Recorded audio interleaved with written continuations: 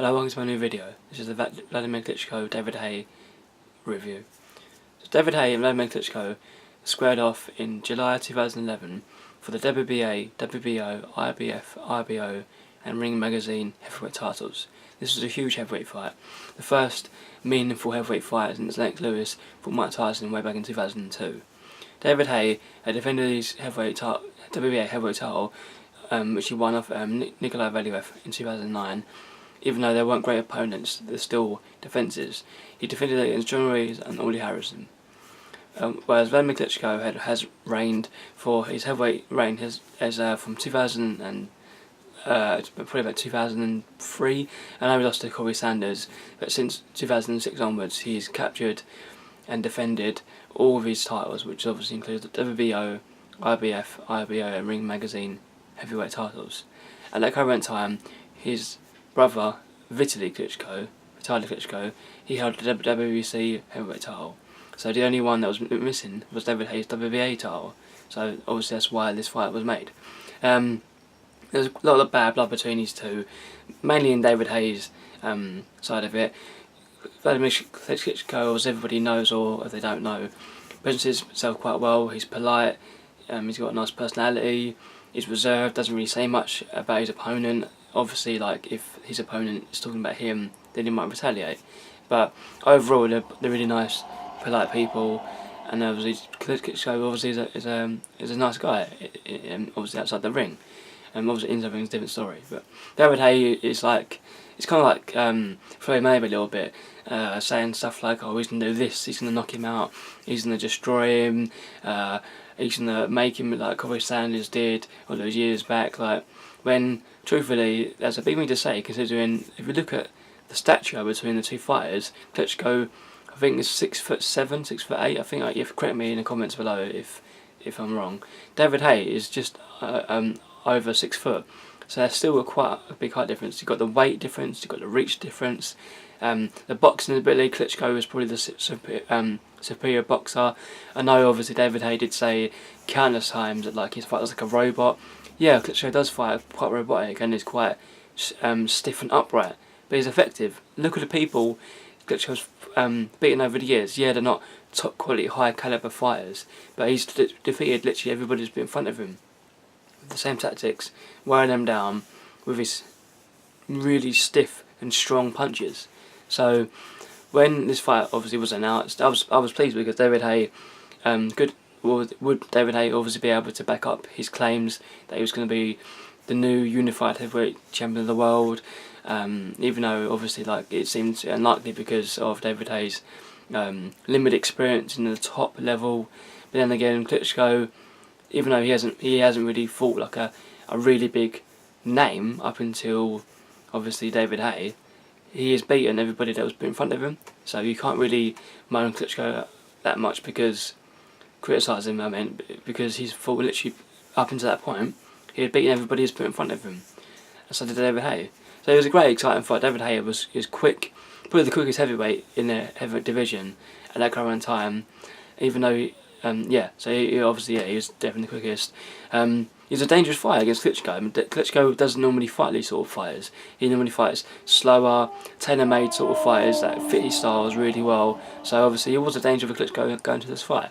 So after all the press conferences and the weigh-ins, obviously David Haye was trying to get under his skin, and obviously eventually there was a few parts where Klitschko did obviously gradually get quite frustrated by David Haye, and it was frustrating. Then again, sometimes you need to sell a fight sometimes to make it more look credible, but then again everybody knew how big this fight was.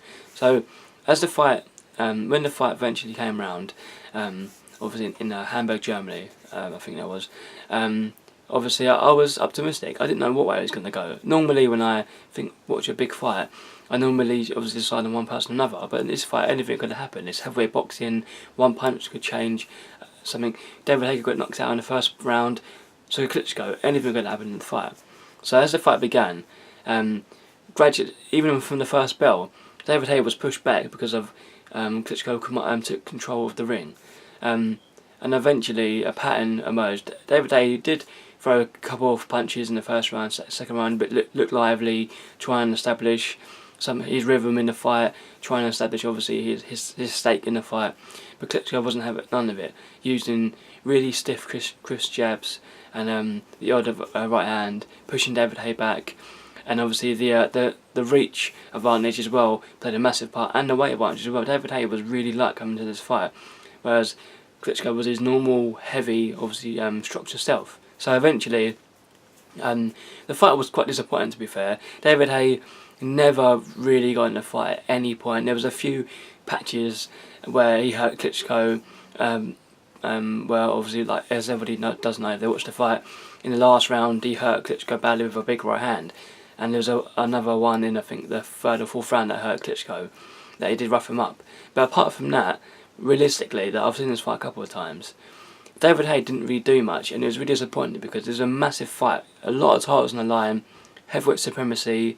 Apart from obviously from other Klitschko, David Haye should have done a lot better in this fight, and it was really disappointing to see that after all the claims he was going to make, all the ones he thinks he's going to do, he's going to knock him out, he's going to do this and that, David Haye didn't back up one claim.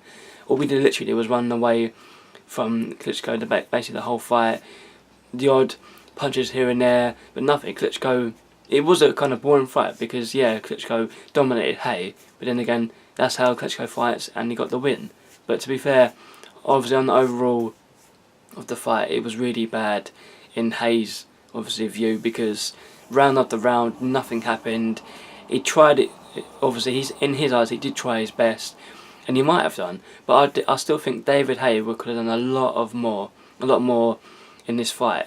He could have, I mean, if that was obviously for me personally, obviously if I was fighting for the heavyweight title, obviously this is obviously like the most glorified division obviously in boxing, I would definitely try a lot more harder in this fight. In that fight, I would have just gone for it. Yeah, I might have got knocked out, but then at least he tried. At least I obviously thought, yeah, I've tried my best. It didn't work out.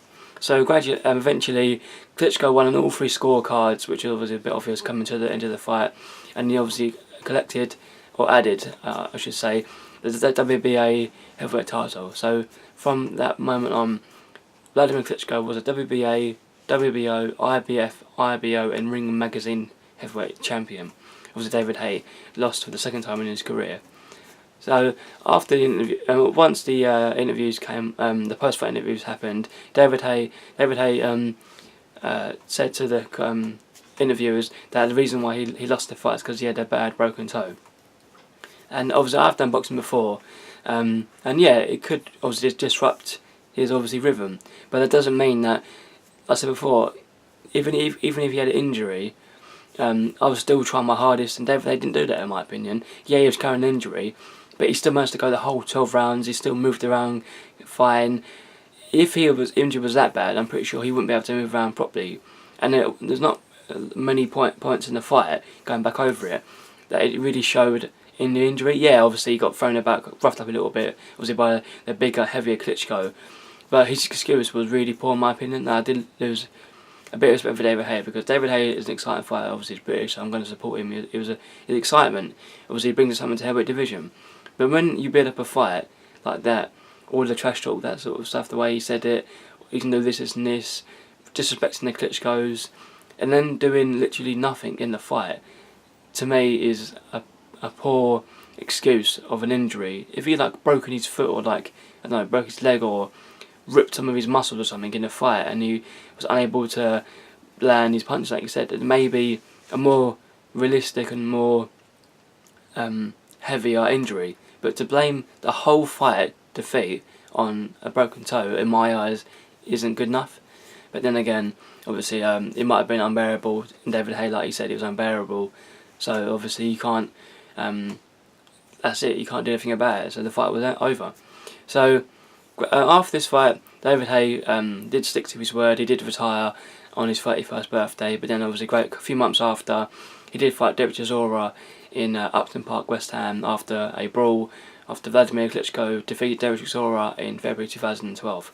David Haye knocked out Chisora in the 5th round after a good open fight. It was a good KG fight, but well, that's a another review for a different day. Klitschko obviously has since gone on to defend his titles numerous times. Because the likes of Alec Povetkin, but really no one apart from that I can really remember in recent memory that's anybody credible enough. There was talk with him fighting Deontay Wilder, if Deontay Wilder's become the new WBC heavyweight champion, obviously in maybe next year if that's possible. In my eyes, it was a disappointing fight. Like I said, heavyweight fights should always be exciting, especially when there's numerous titles on the line.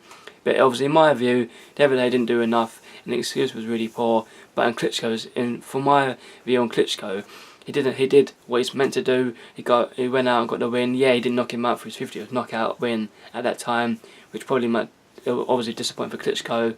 But he did out what he said he was going to do, and he dominated David Haye from start to finish. So this has been my David Haye Wladimir Klitschko fight. Thanks.